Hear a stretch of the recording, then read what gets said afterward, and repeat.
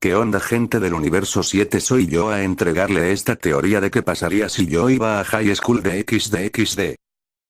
Todo comenzaría en la vida real donde un chico de 13 años fan de las lolis estaría por hacer la cuarta parte de una teoría que decía que hubiera pasado si Leon Scott Kennedy iba a Dragon Ball y el chico emocionado pero de repente su madre bueno gente les quiero decir que voy a usar la tercera persona si me conviene XD el niño diría que quieres mamá y la madre diría ve a comprar pan y yo asustado porque no habría pan iría a la tienda y justo antes de entrar a la tienda escucharía a alguien gritando deme todo el dinero y yo por ser un grandísimo estúpido no le tomaría importancia y entraría igualmente al entrar un tipo me apuntaría con una pistola y diría quién sos y yo al ver que estaba por dispararme diría en mi mente mierda justo ahora me van a matar y yo. Con rapidez le sacaría el arma y le dispararía 2 balas en el pecho pero de repente sentí un gran dolor en el estómago y vi que el hombre agarró un arma y me disparó y caí derrotado en el suelo y dije mierda justo ahora que iba a hacer la parte 4 no mames y morí.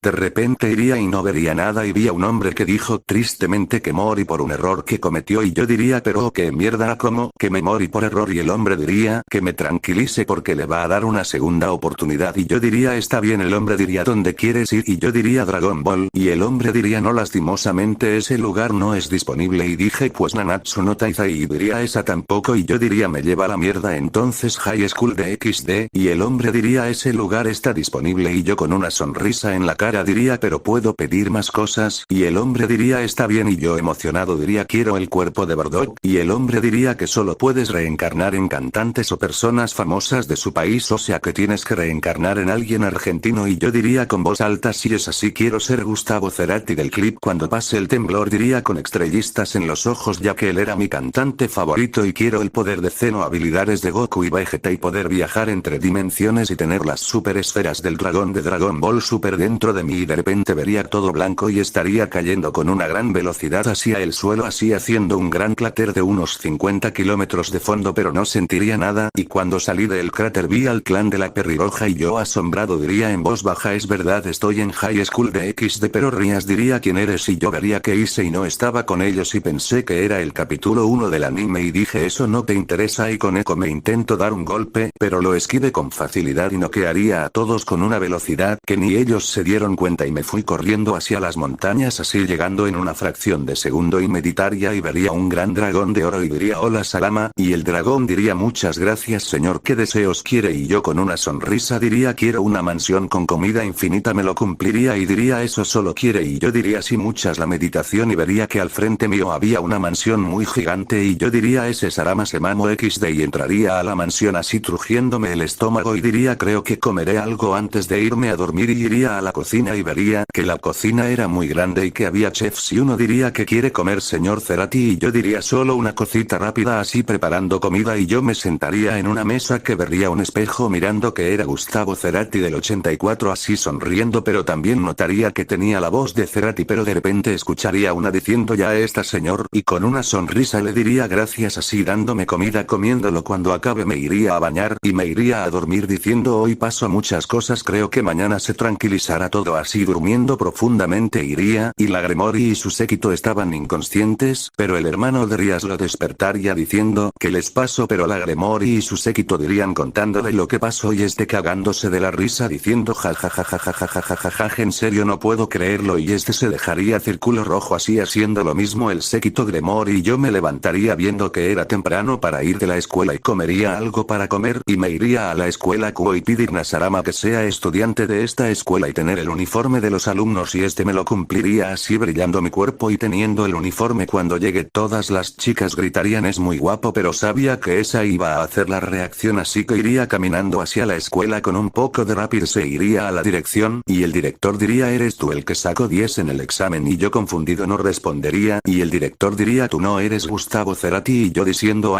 pensé que se confundió y me daría la tarjeta así yéndome al salón cuando llegue toque la puerta y saldría un profesor diciendo joven que necesita así y entregándole el ticket y diría tú eres alumno nuevo, tú vienes, cuando te haga una señal y yo diría aquí, y el profesor diría bueno chicos tenemos alumno nuevo tiene 15 años y es argentino y se llama Gustavo Cerati que tiene un nombre muy extraño y diría pasa y yo entrando así todas las chicas gritando y todos los chicos abucheándome pero yo vi que estaba Koneko y el profesor diría puede sentarse junto a Koneko yo con una sonrisa iría y Koneko me miraba con una cara asesina pero a mí no me interesaba así sentándome y pasaría la clase donde Koneko me miró toda la clase y cuando era la sesión de la clase yo me fui con mucha rapidez no por Koneko sino por las chicas XD cuando llegué me fui afuera y me encontré a Issei y al trío pervertido espiando en los vertidores de las chicas y miré y recordé que golpean a Issei y cuando lo descubrieron dejarían a Issei solo y lo estaban por golpear y se desmaya del susto pero iría y diría paren chicas no lo golpeen y las chicas diría Poke y yo diciendo que éramos amigo y las chicas dirían ese acento es diferente eres extranjero y yo diría que sí y que era argentino y las chicas soltarían las barras que llevaban y yo llevé a Issei en el hombro donde seguía inconsciente y lo solo inconsciente y yéndome cuando Issei despertó sus amigos les habían contado lo que pasó así y Issei quisiendo agradecerme pero yo ya me había ido yo iría al salón y haríamos la clase de nuevo así pasando la clase donde Koneko solo prestaría atención al maestro y cuando el profesor dijo que ya se pueden ir yo me iría caminando sin prestar atención a Koneko cuando caminaba hacia mi casa me encontré a Issei con Yuma y yo pensando